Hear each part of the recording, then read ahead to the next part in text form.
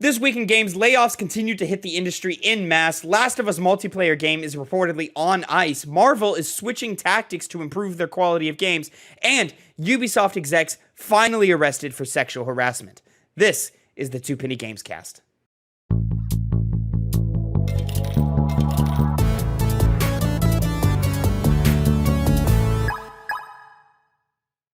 What's poppin', players? Welcome back to the Two Penny Gamescast, episode 168.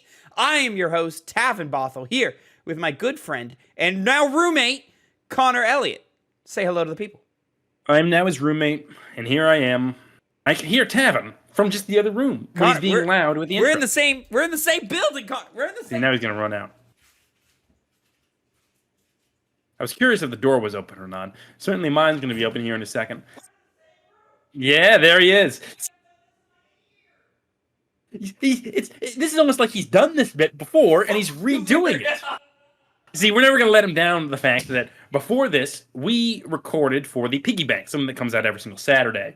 And Tavin did the same exact thing he just did, but when he came in here, he had set down his headphones on the space bar, ending the recording, ruining the entire bit before. And so here he is, being lazy, being a shill. Not a shill, Whoa.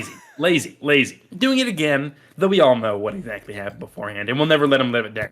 Because what you get on this show is transparency about the news that we are talking about, which is like any other week, is terrible. Because it's been a bad week again, Tavin. It just keeps coming, man. All right, let's get right into it. Ladies and gentlemen, if you didn't know, this is the Two Penny Gamescast. Each week, me and Connor come to you with the new news you need to know concerning the video game industry. We each come to you with two topics, two pennies, if you will, and we give you our 2 cents on them. Yeah, this week in games, another rough one. It just continues to be the trend. It's probably going to keep going and just keep happening and so forth. But we're going to try and find the light in it and try and find out some more stuff into it. So Connor, I think we should probably just get right up in the business. Here we go. Mm-hmm. Jumping into our first topic of the day, my first penny. Naughty Dog's troubled The Last of Us multiplayer spinoff reportedly on ice amid layoffs. This is from Wesley Yinpul over at IGN. Naughty Dog has reportedly suffered a round of layoffs, with the troubled The Last of Us multiplayer spinoff said to be on ice. Sony-owned studio, which is home to 400 staff, is laying off at least 25 developers, Kotaku said. Most of the people affected are quality assurance contractors who are seeing their contracts cut short. According to Kotaku, full-time staff are not affected. Naughty Dog will reportedly not offer severance to laid-off staff who Kotaku said are expected to work until the end of October. According to the site, Naughty Dog staff, quote, are being pressured to keep the news quiet, end quote. IGN has asked Sony for comment.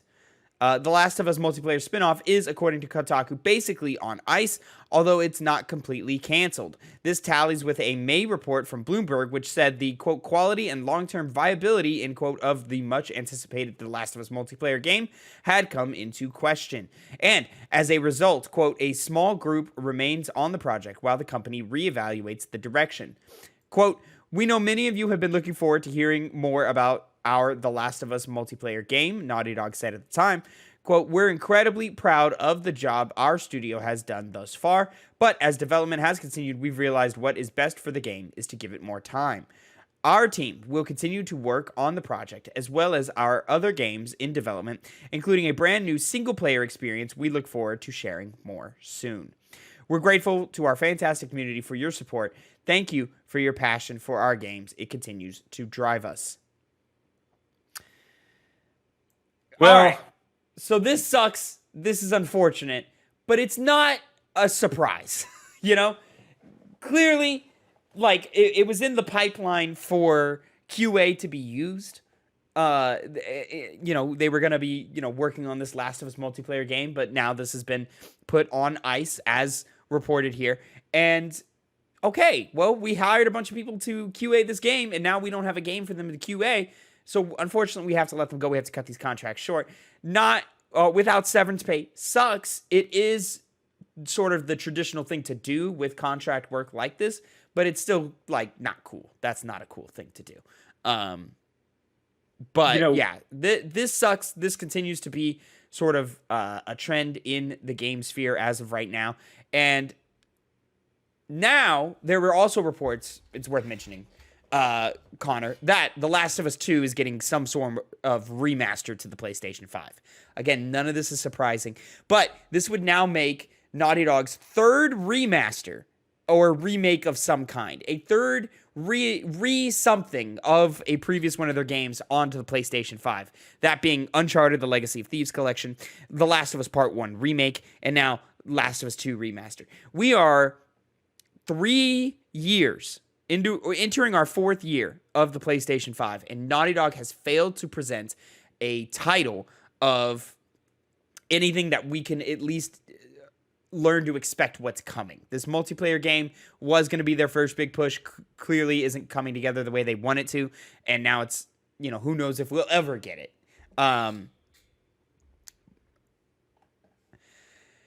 Naughty Dog, I think, is clearly struggling to find a new identity this generation.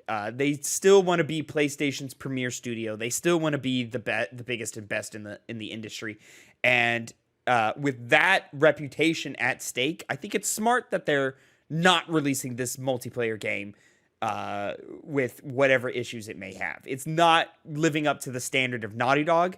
And fortunately, Naughty Dog has enough clout at PlayStation and enough job security at PlayStation to where it is okay for them to just full on cancel this game or full on just wait and figure out how to make it work the way they want it to work. Obviously these contract jobs are lost, and that's unfortunate. I don't like that, at least 25 developers have lost their jobs. That's not cool. But it's not affecting full-time people. It's not affecting people whose careers at Naughty Dog, which is the light to be taken from this story. And so now we as the consumer are sitting here and going, okay, well, what has Naughty Dog done for me recently? Not a lot. Remasters, ports, and remakes of old games. One of those launched on PC to terrible reviews because it had unbelievable technical issues and so forth. That was done in-house. Wasn't a porting studio. They did it themselves. They just didn't get it done correctly. I have that wrong. It was a porting studio who did the PC port, but they did the remake in-house themselves.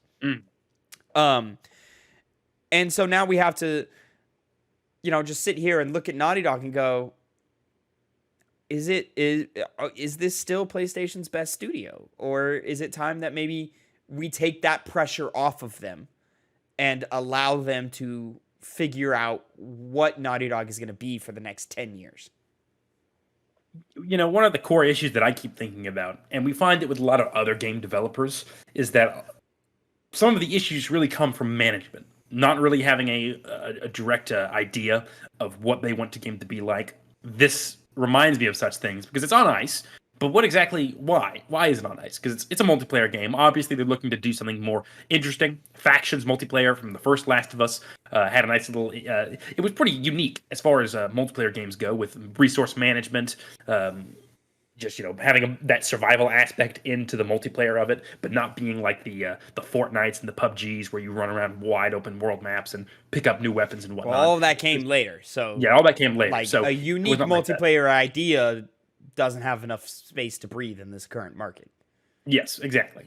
And so it's like, okay, what are they going to do? Because we've seen nothing of this game. They've shared concept art. They said it's going to be, seemingly big, more open, but what that exactly means, I have no clue. Nobody knows. And now it's on ice. So what exactly went wrong? Was it a concept that they just were wanting to do and then putting it into application didn't actually pay off?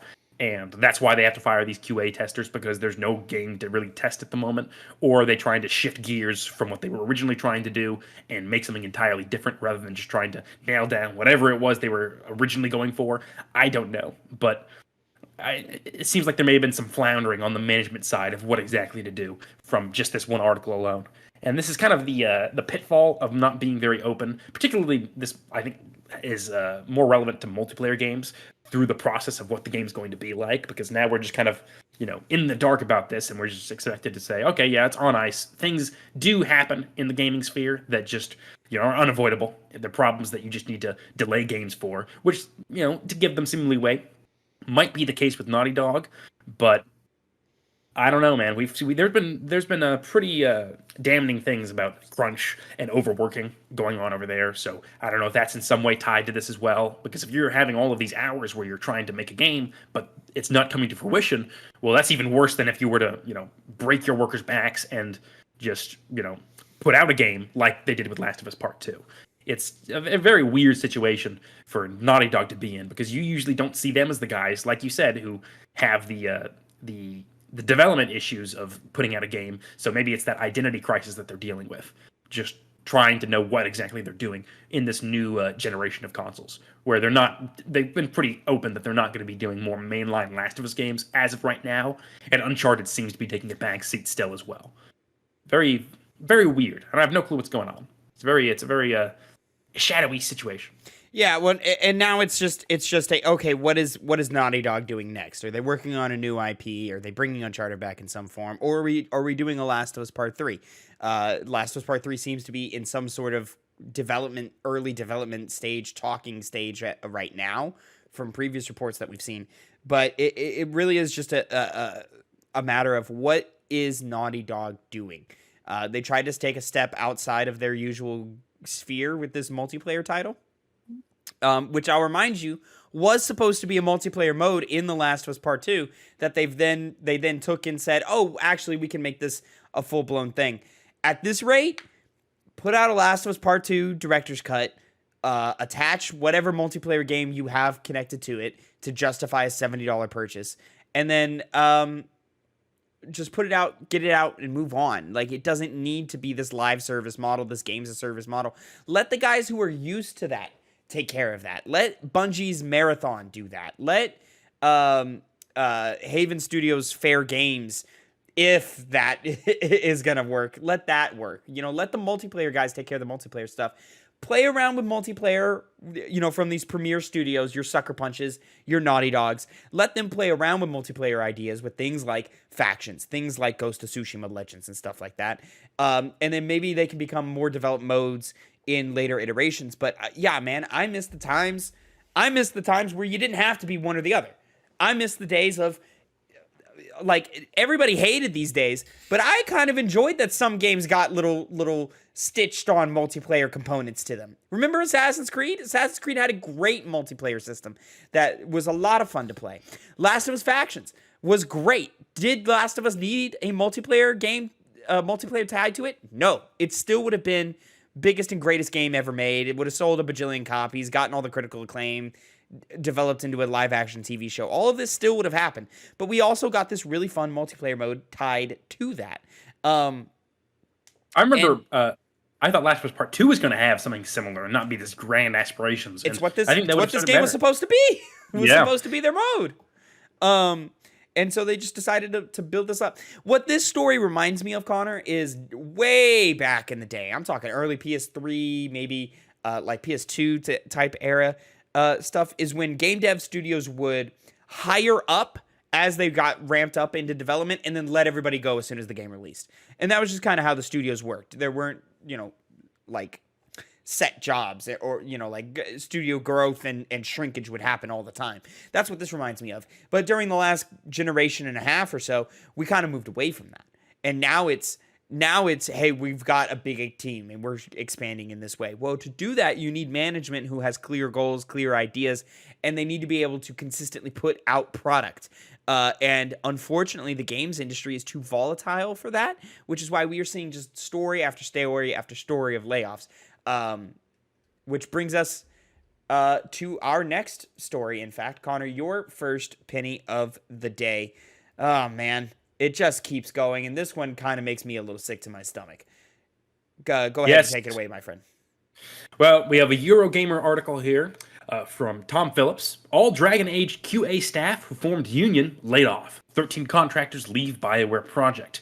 The team of bug-fixing quality assurance QA staff who unionized while working on Dragon Age Dreadwolf have all been laid off. That's according to a Polygon report which states that the 13 staff are no longer working on BioWare's long-awaited RPG project. These staff were formerly employed by QA outsourcing giant Keywords, which was contracted to assist BioWare on Dragon Age Dreadwolf. The group faced something of a fight to form a union after quibbles around the ability to work remotely. Keywords has now confirmed the team members' departure from the project, which it says follows, quote, the end of a fixed-term client contract, end quote. The group's union, the United Food and Commercial Workers Canada Union, has now filed an employment standards complaint for offering, quote, menial severance.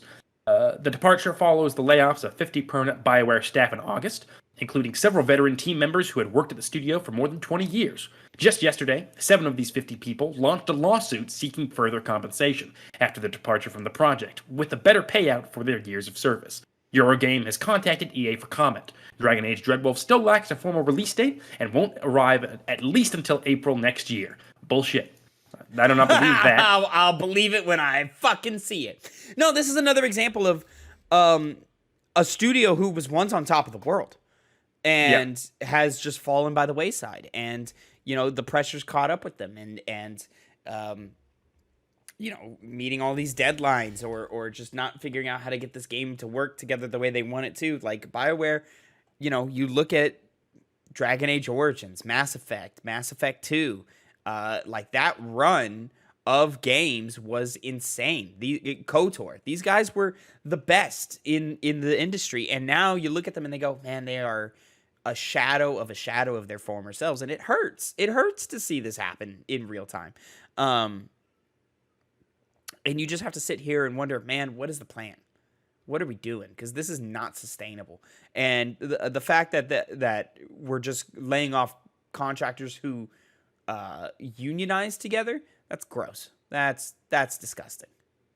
Yeah, and then that's not even factoring in the other bunch of people that were laid off by BioWare. You know, this whole downfall started with Andromeda. It got worse with Anthem, and now they're struggling to push out this game, which we've only seen tiny bits of gameplay footage that doesn't even look like older Dragon Age, which, you know, for the fans who have been wanting a sequel, that might not do so well for sales when they actually start showing the game, which, you know, they're not even doing because they're too busy laying people off and, you know, don't really seem like they have a dedicated direction. Kind of similar to what we talked about with the Last of Us multiplayer, but this one to a much more egregious degree with these union workers being laid off.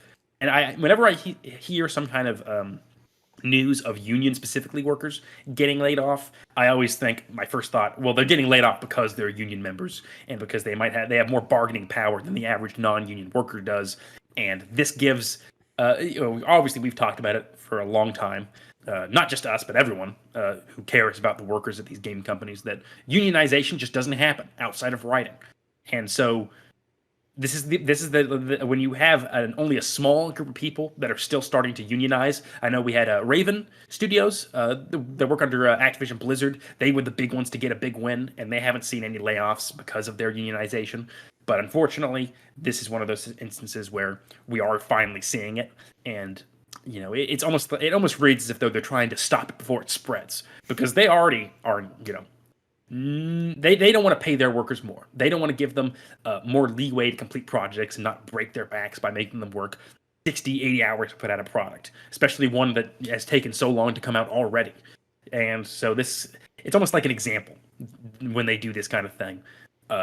And the fact that they just also at the same time fire 50 other people recently shows that they just kind of, you know, throw their workers to the into the grinder and then spit them out when they see fit. And they don't have even anything to show for it at the end of the day. Yeah, it's tough. I always want to believe that these are just the hard times, and you know, we'll come through it, and we'll have great product on the other end of it. With BioWare, I struggle to see that as a possibility, just because of the trend of that studio over the last 10 years, really, has not been, you know, moving in the most positive of directions, and I think a lot of that is EA influenced. I mean, I feel more hopeful about Naughty Dog's future because they are still more established and they haven't put out a bad game yet. You know, they haven't missed. BioWare has missed at least twice. Mm-hmm. You know,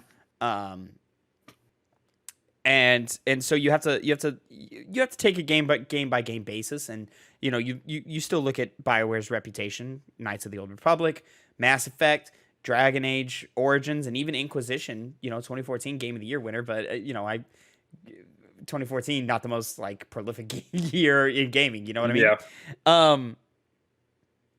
But Inquisition is definitely still a really good game. And then, you just Andromeda, what's the other one? Anthem. You look at those and you go, oof, that's not what I wanted. They did great work with the Legendary Edition.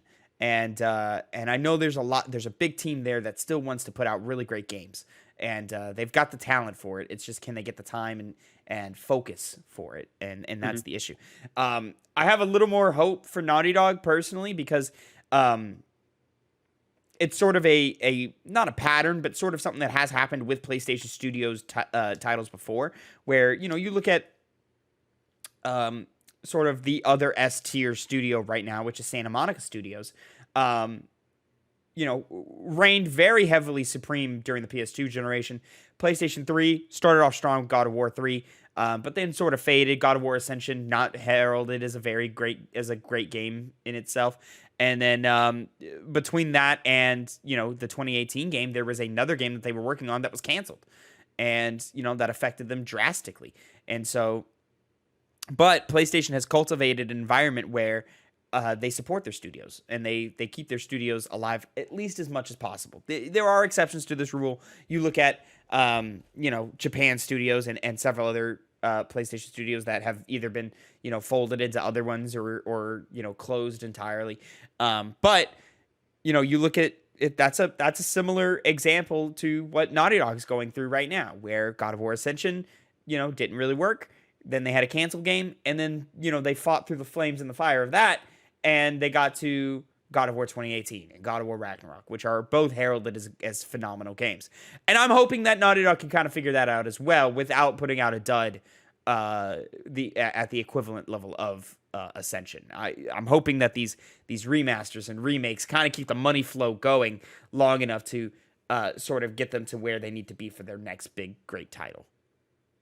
Dragon Age, BioWare, I don't know what the solution is to this. So much of that team is not the team that made us fall in love with BioWare now. Like, it's a very different team now. Leadership is all but gone, at least from those early days. And now it's just a matter of like, okay, what is BioWare other than just a legacy studio? And where do we go from here? In specifics to these layoffs, though, it fucking sucks, man. Like, yeah. I don't know any other way to put it anymore. Like, we just keep getting story after story of this, and I think it's just another example that the model of business that the games industry has today is just not sustainable, and we need to figure something else out. Well, to your point, and this is something that I think has been brought up more and more and more, especially because the situation just kind of keeps getting worse, which is the length of time it takes to develop a game now. What's it? The average 6 years now, I think. I remember there was a time it was like 5, I believe, is the average. 5 years, which, I mean, 6 years, I don't see that being a far off wild number as games progress further and further and further. I remember there was a time when the average is usually about 2 years. We'd get sequels to games like that. Eventually, it kind of was 3 years, which is like, okay, you're making, better games. You're using more complex technology. They're all bigger. You're doing more in them, and they're more detail in every world and all this. All that takes time. And that stuff is good, but I think now we're feeling the back end of that, and I'm starting to think that it's not worth it. Like some things people will do is when a game will come out, they'll compare, like, here's what you can do with this watermelon right here. Look at the physics when you cut it. Look how cool that is. Look at Starfield's physics mechanic.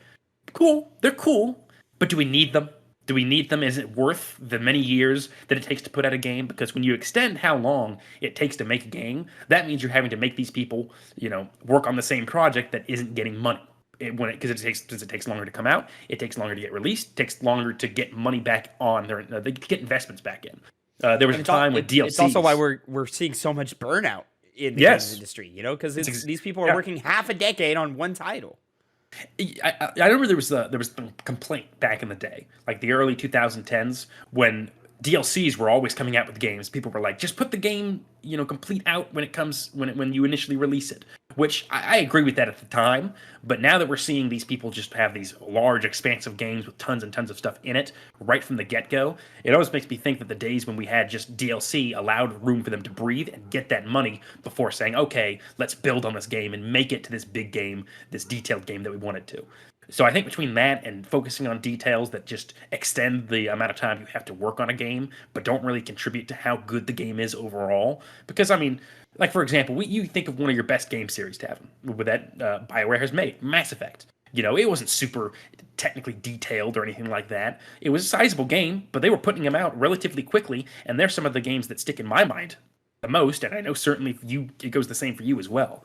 And we don't need these long game development times for, you know, the smaller things that ultimately don't matter on the back end of things. You know, how much of that actually is causing the length of these games to be made, I'm not 100% sure about, because I'm not in game development. I'm not as knowledgeable as I would like to be, but at the very least, that seems, from my perspective as of right now, the leading cause of why we have so many of these situations come about. Outside of just, you know, studios being assholes and greedy and, you know, thinking about themselves before the bottom line of their workers.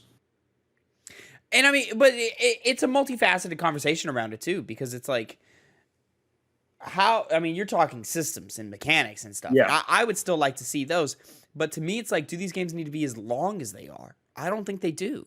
You know, as much as I love The Last of Us Part 2, god damn, it's 20 hours long. And, you know, in like our first episode, which is, you know, really hard to listen to, but in our first episode, both of us agreed that the game is too long. It's just too much. I don't know how you tell that story in a shorter amount of time, but surely there's a way to do that. But then you also look around at other games of that caliber. Both God of War 2018 and Ragnarok are too long. Uncharted 4 gets dinged for being too long. Ghost of Tsushima is this huge, expansive world that, you know, you spend so many hours in. Right now, we are on the cusp of the release of Spider-Man 2 from Insomniac. There's been a little bit of conversation in the community and a little bit, I don't want to say controversy, because I think it's people who don't understand game creation or just creation at any level. But there's a contingent of the internet that is upset that reportedly Spider-Man 2 is about the same length as the first game. And to me, I say, great. You know why? Because there's filler in the first game. And like the whole Sinister Six stuff, the Mary Jane stuff, the Miles stuff, all of that is filler. If we can cut the filler and make it all feel like worthwhile and make it all feel great, then we can do more with the same amount of time or less amount of time.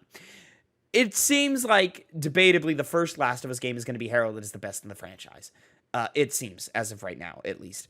And it's half the length. That's with half the amount of different locations. Like, sure, in Last of Us Part 2, most of it takes place in Seattle, so you can kind of use the same architecture and stuff for a lot of the different locations. But you see a lot of different environments in The Last of Us Part 2, and a lot of different levels, and all of that takes time. And so you just have to sit back and go, man, why can't we pull this back? Why do we have to, you know, hit this arbitrary line of 20 hours or 30 hours, 40 hours? Why does this have to happen? When the most impactful games that I've ever played in my life, 6 to 10, man. Maybe like 12 to 15 if you really want to stretch it. But like, you know, you look at The Last of Us 1s, you look at Uncharted 2, you look at Portal 2.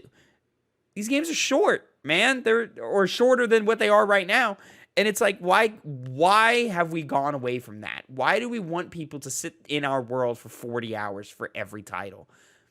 Nobody has the time for that. And I think it's sort of why we don't have time to go and explore every game, you know? I can't get to Lies of P right now because I'm working through Sea of Stars, because I want to go and touch Baldur's Gate 3, and because I want to play more with Armored Core 6. But I really do want to play Lies of P. And if all of these games were 10 hours shorter, I could. So we're cannibalizing each other, and we're making it to where people have to make these choices. And granted, this was always true. People always had to make choices. But now it's like, I don't even have the benefit of, like, you're not just fighting for my dollar, you're fighting for my time. And it's like, bro, those two things are very hard to both get. And you see it with all of these people who just continue to lose their jobs and lose these opportunities because we just keep going in this one direction. There's a bit of a meme on the internet that says, I want shorter games that take longer to make, that aren't as good looking or aren't as pretty to see.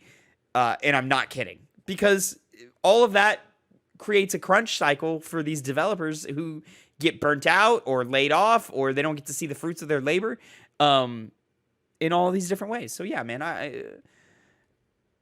there needs to be massive changes to this industry. And it doesn't seem like any of them are coming from how we've been covering these past couple of weeks, where it's just layoffs, layoffs, layoffs. Bad news, bad news, bad news. I mean, we're hurting right now. We're hoping, we're always going to be in a different space 10 years from now. Live service games was not a thing 7 years ago, So, it's just a slow burn. And, eventually we'll get to the other side of it. Speaking of getting to the other side of things, Connor, we're not all negative news this week. We got a little bit of a positive update here with our third story of the day. Your second penny. Take it away, my friend. Well, we got a Verge article, The Verge, by Ash Parrish. Former Ubisoft executives arrested after sexual harassment investigation. This is the French newspaper, Libération, has reported that 5 ex-Ubisoft employees have been arrested in connection with a sexual harassment investigation by French police. They're going to give them the guillotine. According to the paper, in 2021, French police received complaints from the Solidaires Informatique Union, a French union that serves digital, consulting, and video game workers, and 2 individuals. After more than a year of investigation involving extensive interviews with around 50 current and former Ubisoft employees, I lost it for a second, the arrests were carried out over October 3rd and 4th. Of the 5 individuals arrested, only 2 are named. Former Chief Creative Officer Sergei Haskot, and Editorial Vice President Tommy Francois. Both of whom left the company. Francois. I should have known. Both of whom left the company in 2020. Francois and Hacoset were 2 of a number of employees forced out of Ubisoft in 2020 after numerous current and former employees came forward sharing stories of sexual abuse and harassment they suffered at the company. Amidst the personal stories, employees also alleged that Ubisoft knew about and in some cases protected the men accused of misconduct because of their high-profile status within the company or personal connection to Ubisoft CEO Yves Guillemot. A 2020 internal Ubisoft survey revealed that 25% of employees experienced workplace misconduct. A letter from the company published shortly after the allegations surfaced apologized to those affected and promised to implement changes to better protect employees. In the Libération report, victims' lawyers Maud Beckers said that, quote, the case is very particular because beyond simple individual behavior, it reveals systemic sexual violence, end quote. The Verge has reached out to Ubisoft for comment. Now, I think about Ubisoft a lot because we have Activision Blizzard. They were the kind of the opening of these floodgates of. Tell me how much you think about Ubisoft, Connor. Pretty often, because especially more nowadays, because Activision Blizzard, obviously, very highly detailed case of sexual harassment, workplace misconduct, racial discrimination, and that kind of these issues exist in all industries all across the world. But that was the first time we saw big floods of news coming out of some horrific stuff on the video game side of things. And then Ubisoft, we've particularly heard of Ubisoft, the group that's making Skull and Bones in Singapore. They have apparently massive amounts of problems over there in the same ways that Activision Blizzard did, but far less reported on. And now on the French side of things, we have this news that broke a while ago, admittedly, that's finally getting some kind of progress. And it was probably said at the time, I can't remember if we covered stories like this. We had to have, because that's what we must have. We try to go out of our way to cover these stories whenever we possibly can for obvious reasons. And when you have executives that are partaking in the kind of behavior that usually we see a lot of the lowlier employees do, for lack of a better term, I guess not for the people who are being arrested in these cases. Lowly is very appropriate. But usually we would just see the executives be on the end of knowing about the issue and then just letting it go by the wayside because they don't care, because they're immoral assholes. But which, granted, is what happened until everybody else knew about it. Yes, exactly. And now we have these executives who are directly involved in it. If they're doing it, I don't even want to know how many times they protected people, how many times they knew about things that were going on and chose not to do so. Mm-hmm. It's screaming of another kind of Activision Blizzard situation that maybe we'll be getting more information on once the police do a more thorough investigation. And hopefully we'll be able to see some things out of Singapore, because I think it's a long time coming over there as well. Yeah, no, I mean, I'm right there with you, pretty much with all of it. I mean, it's worth noting that these guys had already been pushed out, fired, whatever. I'm sure they had a really nice severance package on the way out the door. But this is proof that, hey, we're working in the right direction. It sucks when we hear all of these stories about how all these things are happening, but now that we hear them, we can do something about them. And this is just an example of like, yo, eventually the roosters come home. What is it? The chickens come Roosters home. Come home to roost. Chicken. And this is an example of that. You know, like we're getting these guys. We're putting the bad people away, and we're slowly making, you know, the world a better place. It's just the fact that, you know, we just, every step forward feels like another step back or something like that, you know, but you know, you keep going and you realize, you know, by the end of it all that, hey, we have moved in a positive direction. And this is a step of us moving in a positive direction. Hopefully we continue to make steps, and hopefully we don't lose too many good people along the way. So yeah, this I think is an example of like, okay, we're doing better. You know, it may seem like a small victory because it is a small victory, but you got to take the small wins when you can. And you know, we should take this one as it is. Yeah. Speaking of making changes as much as we can here, Connor, let's move on to our final topic of the day. This is, of course, my second penny, and this will be an interesting one to just kind of talk about. Not the most important news in the world, because we're obviously not going to see the effects of this anytime soon. But PlayStation Lifestyle has released a report by Zarmina Khan. Report: Marvel making changes to games division after numerous flops. A known insider has claimed that Marvel is making significant internal changes to its games division after numerous high-profile flops. Insomniac Games' Spider-Man series has been the only Marvel success story in recent years when it comes to games, reportedly prompting the company to push for change. I'm gonna push back and say, excuse me, Miss Khan, Marvel Snap is right there. All right, Marvel Snap is great. Marvel Snap's a lot of fun. I have not touched Marvel Snap in 6 months, but you know, it's fun. That was my next question, Tavin. But when's the last time I touched a Spider-Man game? You know, like, come on now. When was it? Probably within the last year. Yeah. I play Spider-Man a lot. Anyways, a number of AAA Marvel games flopped in recent years. Following the delisting of Crystal Dynamics developed and Square Enix published Marvel's Avengers, a Twitter user shared an entire list of Marvel titles that either commercially bombed or were shut down. In response, known insider Can We Get Some Toast tweeted that the company is, quote, painfully aware, end quote, of all the flops and is now pushing for something big with Electronic Arts' Black Panther and Iron Man games. And then here we have the list of games. Here, Marvel's Avengers, shut down. Marvel's Midnight Suns, flopped. Marvel's Future Revolution, shut down. Marvel's Guardians of the Galaxy, flopped. Marvel's Heroes Omega, shut down. Marvel's Avengers Academy, shut down. Marvel Realm of Champions, shut down. Marvel Ultimate Alliance 1+2, delisted. Yeah, that's a lot of L's we're taking on the Marvel side. I thought people liked Midnight Suns. Didn't people like Midnight Suns? No, my understanding was that it was very it was such an average game across the board. Oh, okay, all right. I was under the impression. From my angle of the internet, which is different than yours, admittedly. Yeah.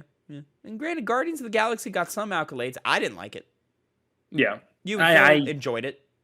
Yeah, story was great. I probably wouldn't play a second one unless they really did like improvements on the gameplay. But that was my thing. I couldn't get past that gameplay. That gameplay was not great. Marvel's Heroes Omega, I played that one. It was fun. I don't even see some of these just like Avengers Academy, Realm of Champions. Some of these are those two are mobile games. Ah, I see. Okay, that makes more sense. It's just they really do need to do some reorganizing over there with some of their titles, and maybe having a direction of what they want to do with some of their games, like Marvel's Avengers, which notoriously kind of made people think, well, why is this a live service game? It kind of should have been better as a more story focused action adventure game or action game. But they obviously didn't go that route because they wanted to, not the developers, because the developers clearly had a different intention than what the studio wanted them to do, because live service games have, that big dollar sign pasted over it. So they wanted to capitalize on that and ended up doing the exact opposite, because that's what you would usually happen when you have the people who provide the money for artistic endeavors get involved in the artistic endeavors. They don't know what they're doing. In the same way, some people who are more artistically focused can't really, deal with the money that they have to, use to make the game in the first place. It's kind of a, those two things usually need to be kept as separate as possible, at least from many experiences that I've seen. Well, and then also sometimes, these creatives just have it wrong, Sometimes they do. Yeah. Sometimes that happens. I think very clearly when you play Marvel's Avengers, you very clearly can see a tale of two games in that game, where very clearly the studio wanted to make a single-player action-focused game around the idea of Miss Marvel, and maybe you play as the other Avengers as well. And then Square Enix very much wanted a live service game that they could bank on for years and years and years. And there was a conversation going around when Avengers came out of, is the property too big to fail? Could it possibly be that people are willing to just spend as much time as they can in the Marvel universe and play as these characters for as much as they want, in order to just brute force this game into being a success despite the quality of the game? Now, I'll say, as someone who played Marvel's Avengers, not the worst game ever. It was fun. It's got good moments. It's got an all right story, It's a little ridiculous, but it's all right. And I remember the Wakanda expansion was pretty cool. Cool playing as Black Panther. Cool, cool seeing these characters interact with each other. Now, there's just as many reasons to, ding against the game as there is to root for it. Some of the combat wasn't great. Some of the story wasn't great. Some of the just what you're doing was very repetitive and limiting, and you didn't want to be limited. Whereas, you use the direct comparison of Insomniac's Spider-Man, again, a single player game focused around one hero, with a set number of abilities, developed by one of the greatest studios in the world. Yeah, that game's gonna be a banger, and it's unfortunate, but this game just was not. So yeah, I do think Marvel needs to take a step back and figure out how to approach the games industry in a better way. I think as of right now, Spider-Man is the leading example of that, but that doesn't mean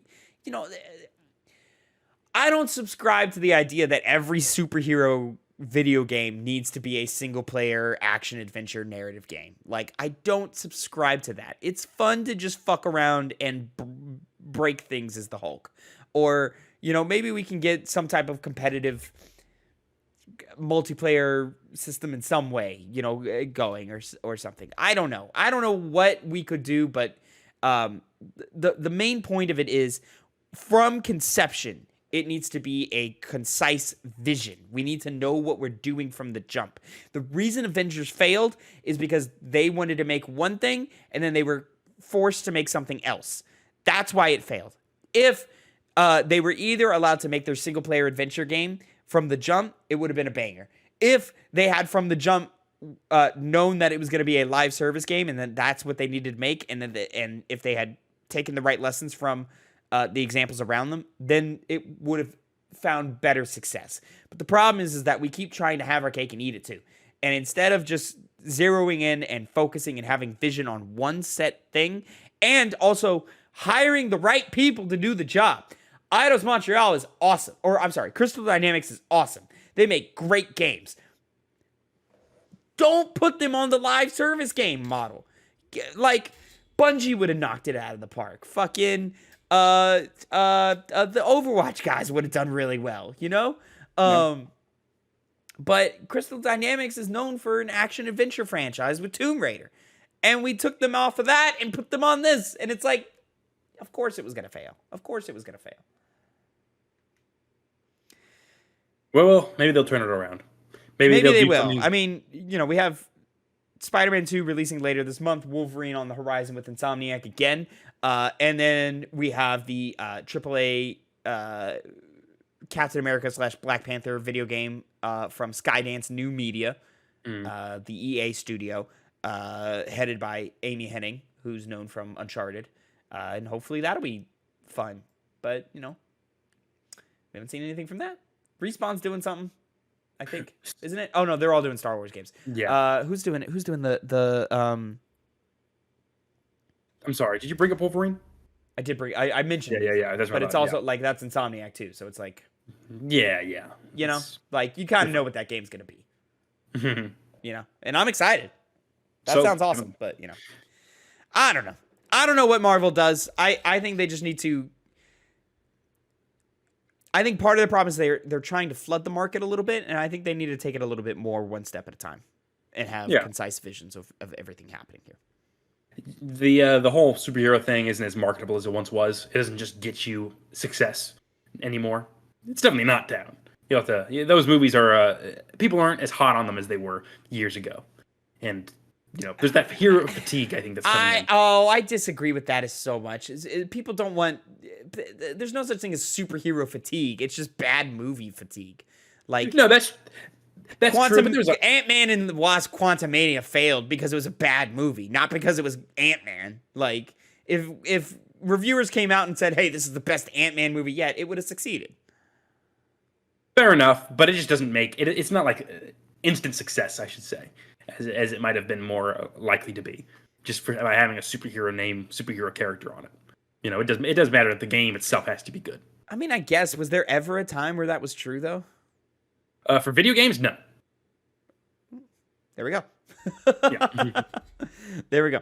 Ladies and gentlemen, let us know how you feel all about today's stories and so forth. Let us know how you feel about Marvel games, Naughty Dog's Last of Us multiplayer game, and all of things happening all over the industry.